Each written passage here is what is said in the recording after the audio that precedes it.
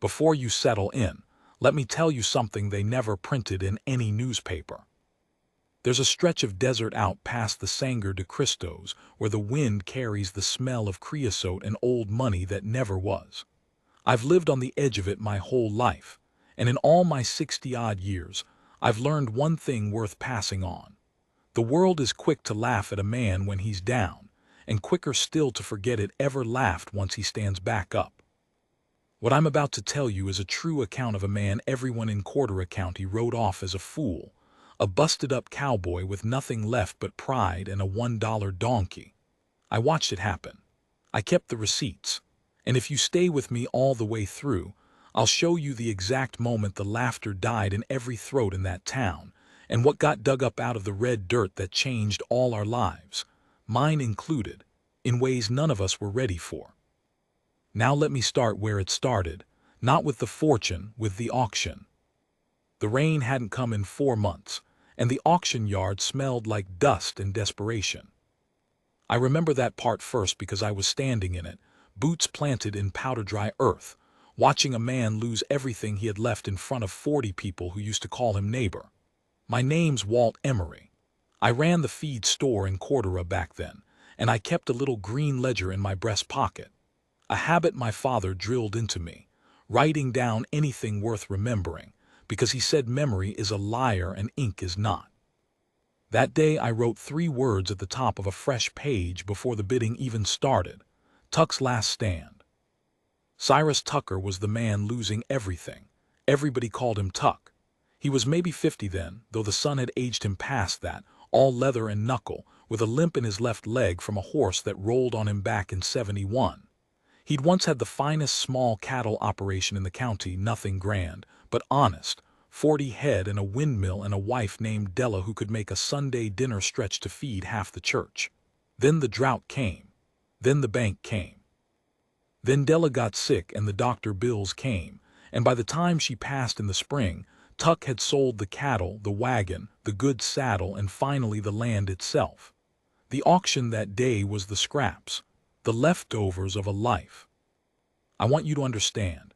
I say this so you'll feel it the way I felt it, that watching a proud man get auctioned down to nothing is a particular kind of ugly.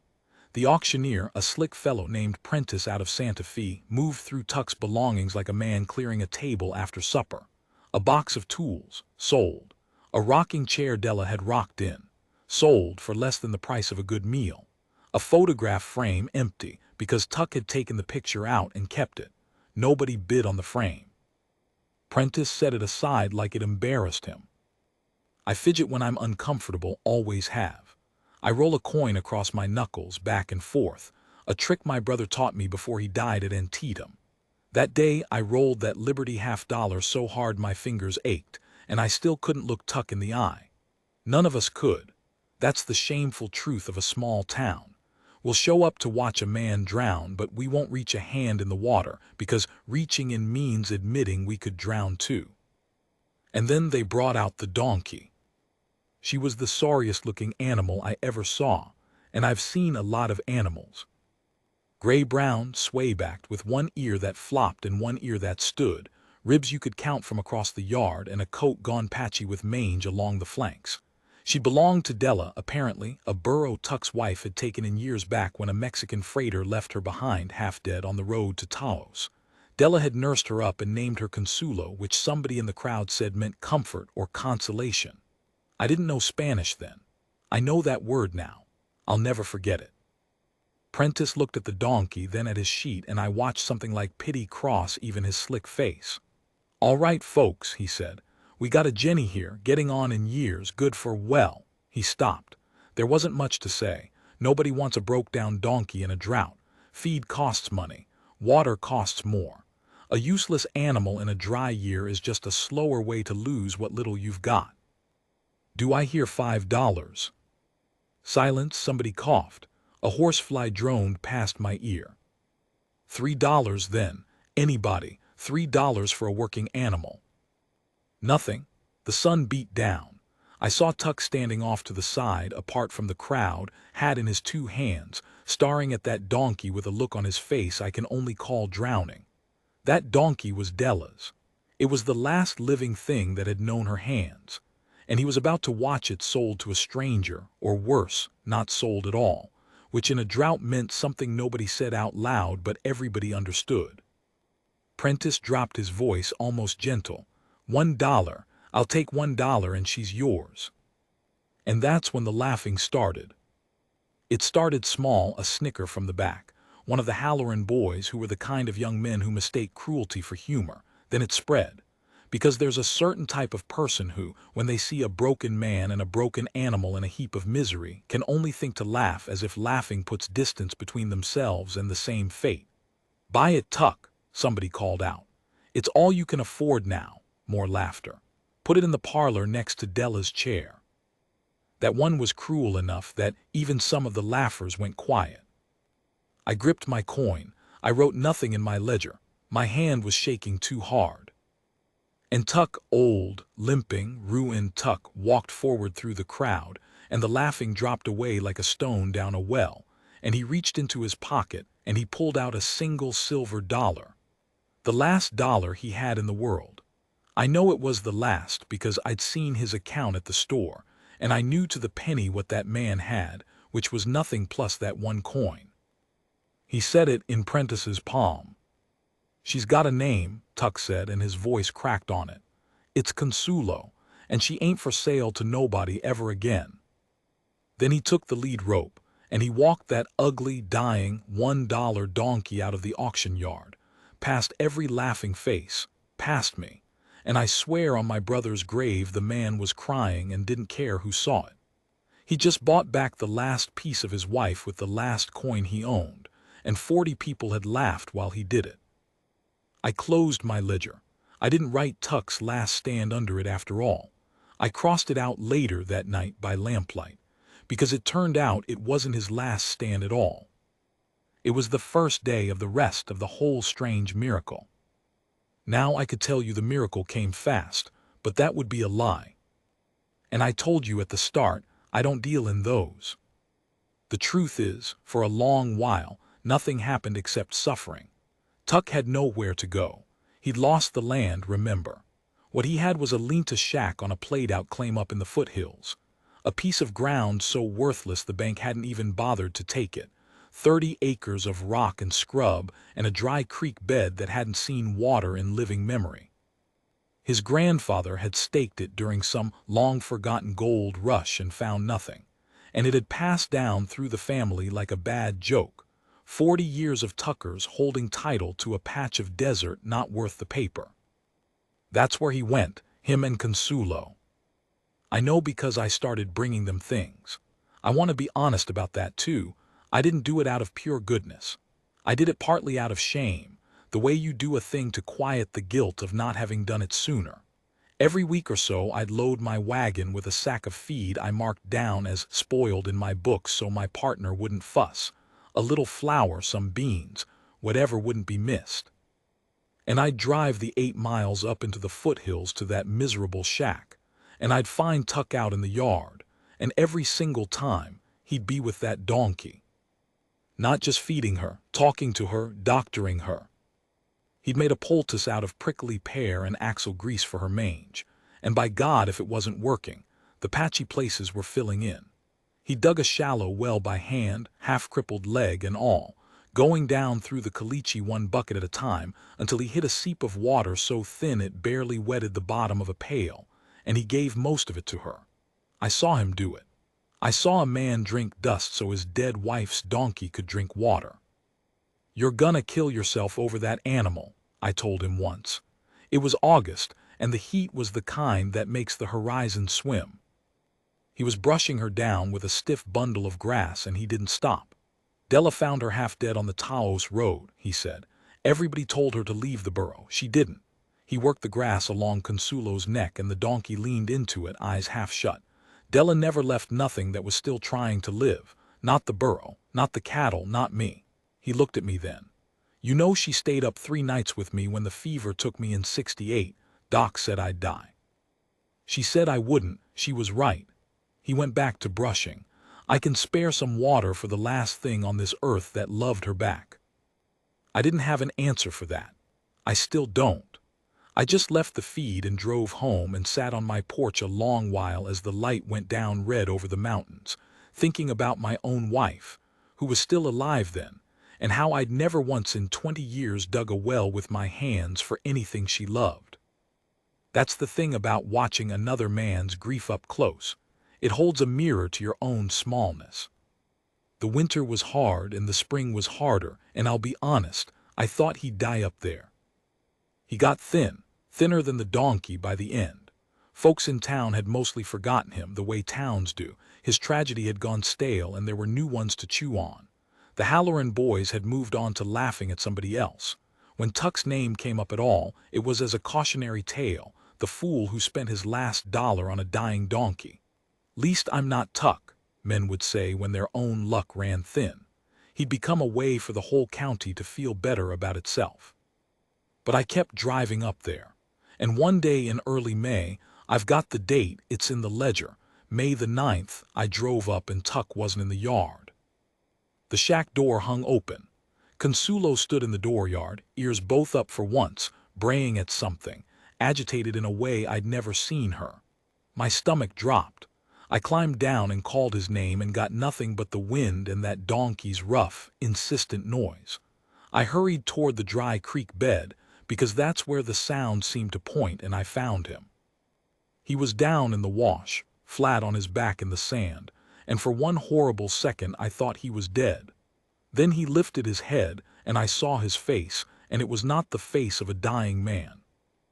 It was lit up, alive, wild-eyed. "Walt," he said. "Walt, come down here, you gotta see this. She found it. Consuelo, she found it, I was following her. She wouldn't stop pawing at this spot for 2 days, driving me half mad, and I finally took a shovel to it just to shut her up, and Walt." He held up his hand. There was something in it, something that caught the sun and threw it back. I climbed down into that wash on legs that didn't want to work, and I knelt beside him, and I took the thing from his open, trembling palm, and I turned it over, and my whole understanding of the world tilted sideways. It was a coin, gold, older than anything I'd handled, with strange markings I didn't recognize, worn but unmistakable, heavy in the way only real gold is heavy. And it was not alone, because when I looked down at the sand where Consuelo's hoof had been pawing, where Tuck had put his shovel, I saw the corner of something else. Metal, green with age, a box maybe, or a chest. "There's more," Tuck whispered, like he was afraid saying it too loud would make it vanish. "Walt, there's a whole lot more." I looked up out of that wash at the ugly, sway-backed, $1 donkey standing on the rim against the sky. And I want to tell you exactly what I felt in that moment, because I've never felt it since. I felt the whole world about to change. And I did not yet know, none of us did, that finding a fortune in the ground is the easy part. Keeping it is what breaks men. If you're just joining me, know this much. A broken man spent his last dollar on a dying donkey and everyone laughed. Then that donkey pawed a hole in a dry creek bed and turned up gold. You think that's where the story turns happy? Sit tight. Fortune found is one thing. Fortune kept, fortune survived is another story entirely, and it's the one worth telling. We dug for 2 days before we understood what we'd found. I stayed. I didn't go home. I sent a boy with a note to my wife saying I was helping a friend, which was true enough, and Tuck and I worked that wash from sunup past dark by lantern light, and Consuelo stood watch on the rim the whole time like she knew. What came out of the ground was a strong box, iron-banded, rotted at the wood but sound at the corners, and inside it, packed in the crumbled remains of oilcloth, were coins. Gold coins, Spanish, old enough that the dates when we could read them said things like 1698 and 1710. And below the coins, a leather pouch gone stiff as bark, holding worked silver, a crucifix set with dull green stones I later learned were emeralds, and a rolled sheet of hide with markings on it that turned out to be a map or a manifest, a record of some kind. In Spanish so old that the priest who read it for us months later wept over the language.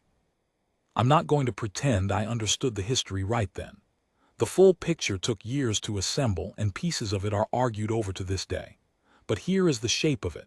A Spanish mission expedition, sometime around the turn of the 18th century, had been carrying church treasure north and had been caught by some disaster, a raid, a flood, a betrayal. The record isn't clear, and someone had buried the strongbox in that creek bed meaning to come back for it.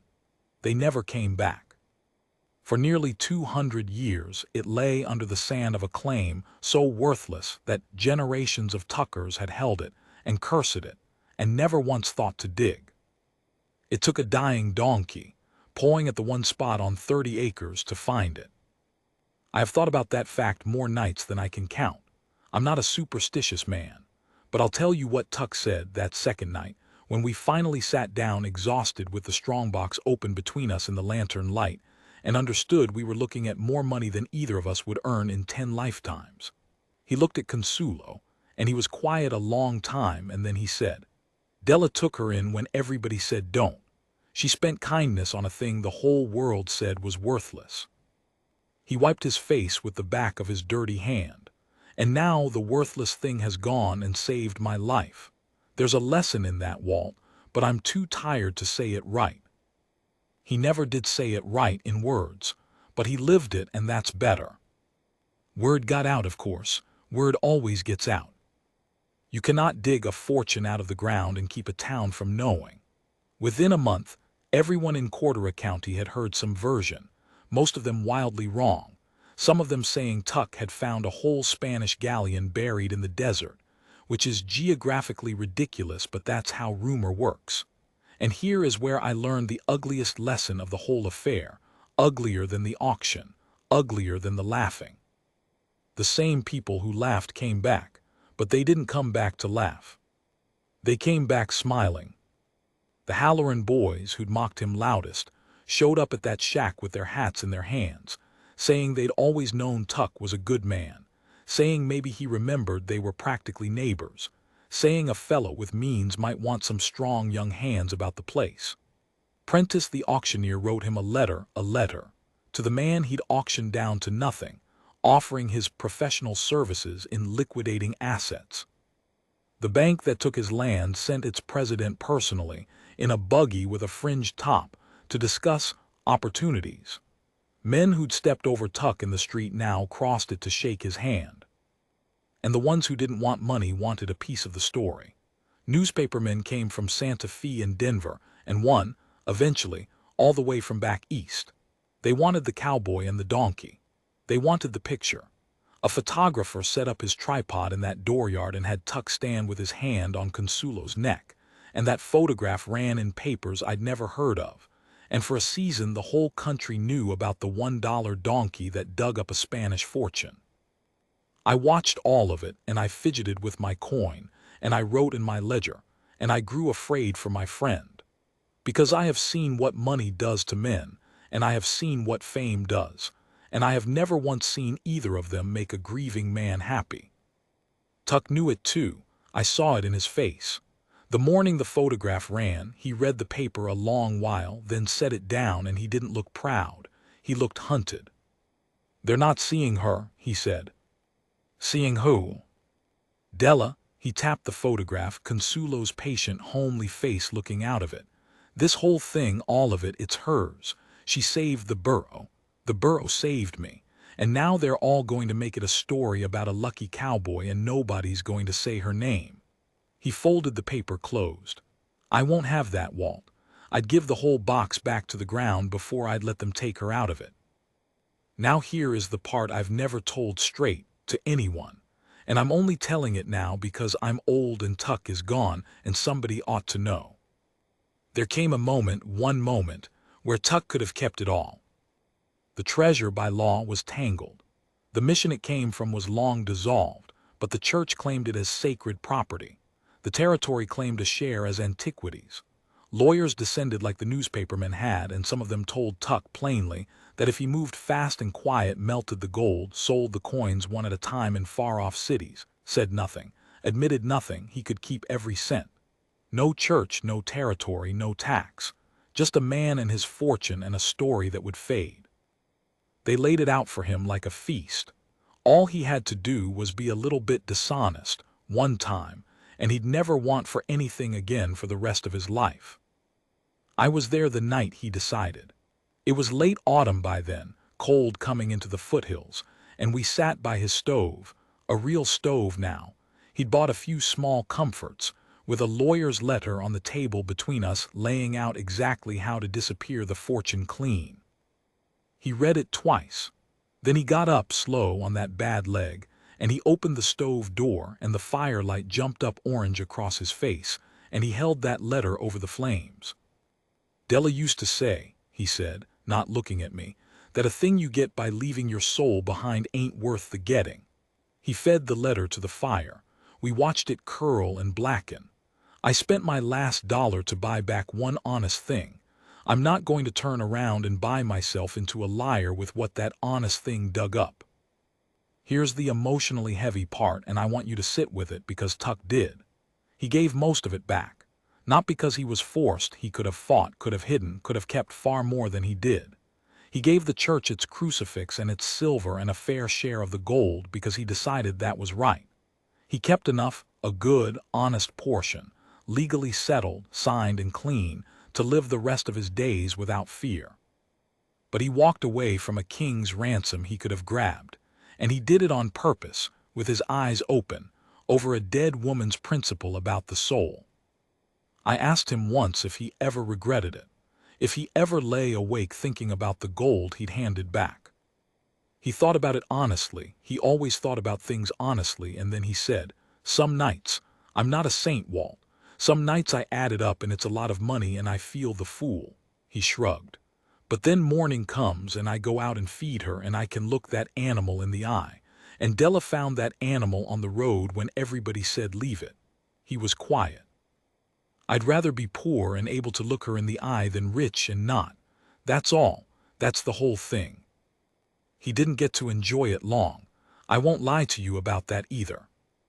The years he'd spent grieving and drinking dust so a donkey could drink water, and going down through Caliche one bucket at a time, they'd used him up.